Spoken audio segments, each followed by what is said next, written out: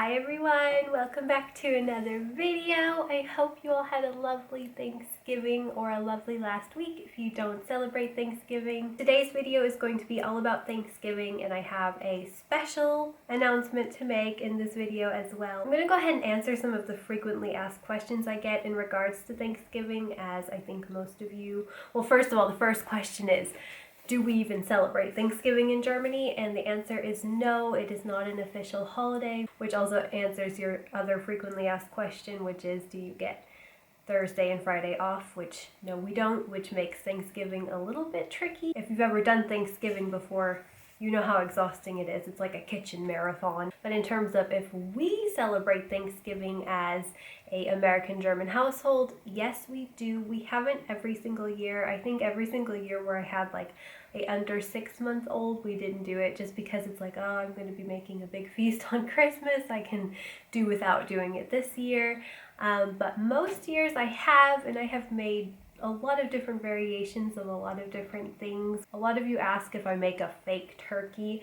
I have attempted to try to make something like a turkey meat substitute a few years, like out of seitan or like, you know, the super gluten-y flour, and I never ended up liking it. I'm not a meat person anyway, so to go the extra length to make a fake meat, just, it's not me. A lot of people joke like, oh, vegans only eat the sides and stuff like that, but I think like Thanksgiving, part of the celebration is celebrating the year's harvest, so that means veg.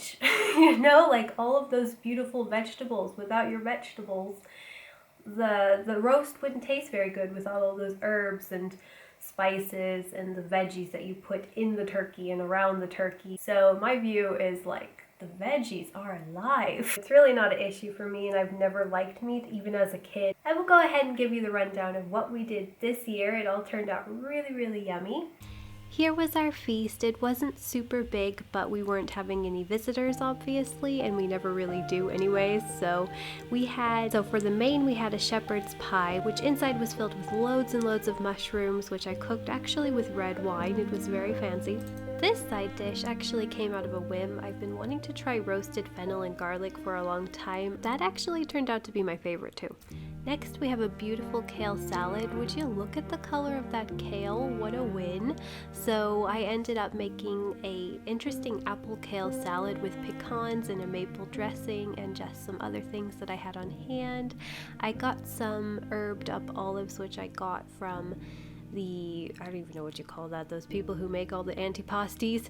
And then this is my cranberry applesauce, which I make from scratch every single year, and everybody loves it. We had a really nice Thanksgiving. It wasn't quite as relaxed as I'm sure a lot of your Thanksgivings, since we had to go back to school and work the next day, so we had to get up early, and Olivia had a ballet class during the Thanksgiving feast. Like, I forgot that she had her virtual class. Then I had everything ready and I was like, shoot, okay, we'll do the class real quick. Hopefully things don't get too cold, so I had to kind of like reheat some items. It can be very frustrating like seeing everybody else just be able to food coma the next day, so I actually didn't end up getting a video up, just as kind of like, just to give me some of those like Thanksgiving feels.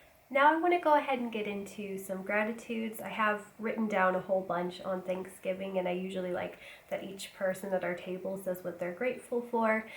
So I decided to share 3 of like the biggest ones from this year. Obviously there's so many, ranging from like kind of the basic, like, yeah, we're thankful for our health and for having a roof over our head, but I wanted to go ahead and just share some of the like highlights of this year. Thanksgiving is not just the reaping of the harvest food-wise, but I think it's really like taking the bits and pieces throughout the year that really stood out to you, and just a good time to reminisce everything that you were really grateful for. So the first one, which might be a bit of a surprise to a lot of you on my list, was our homeschool time. Having the opportunity to try out homeschooling. I wasn't all that excited about it at first. It kind of stressed me out a little bit. I was like, especially those first few weeks and even month, I just didn't really have a flow, and I felt like Olivia was just not having a great time with it, and both Johannes and I would kind of juggle from helping her. Then I just decided, you know what, challenge accepted. We are going to make this fun. We're going to make this doable, and I ended up just like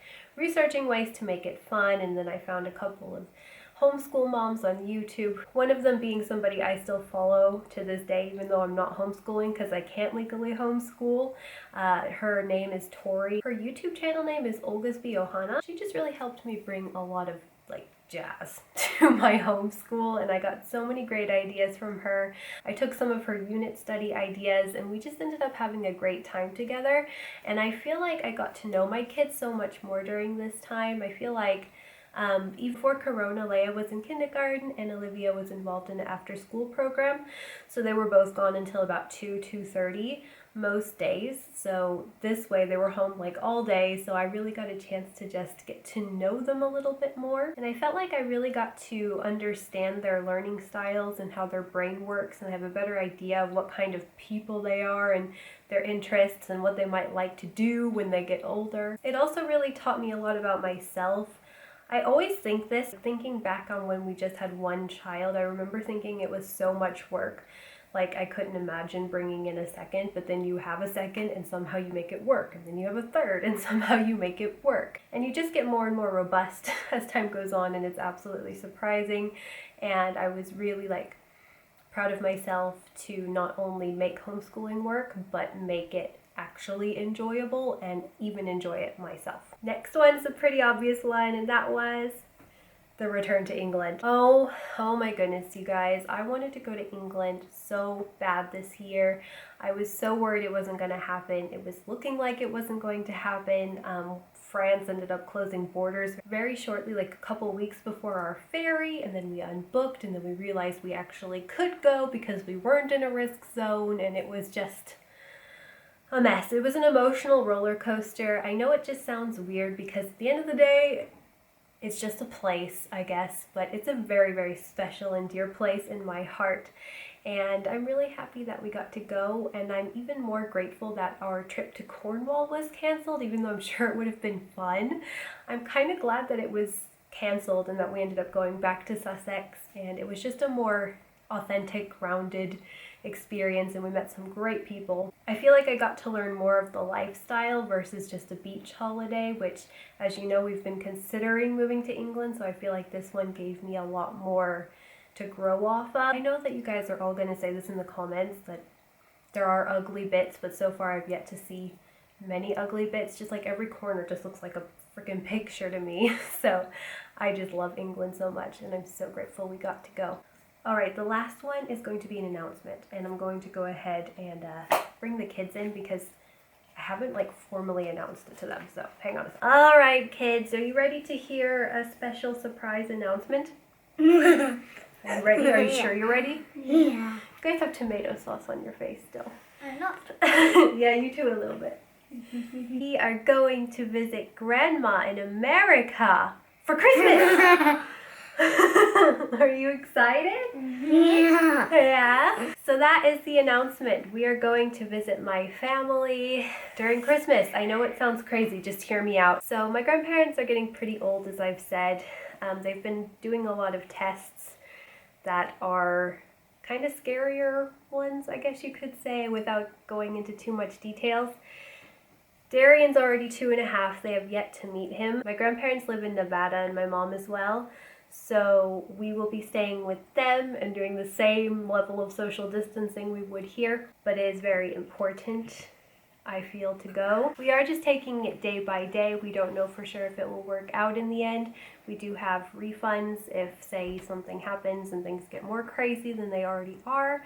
In Nevada, for example, it kind of helps that they don't live in California anymore, because California is a lot more different. As of right now, it's looking good, so I'm just really grateful for the chance to at least kind of play with the idea of going home this Christmas. We haven't had a Christmas with my family since I was finding out I was pregnant with her. So let's hope it works out, and we will definitely be as safe as possibly can be. We're going to be masked the whole plane ride. Really looking forward to that. So yeah, I hope you guys really enjoyed this video. Don't forget to give it a thumbs up if you did, and we will see you guys soon for some Christmas action, and then maybe some America action. So yeah, bye!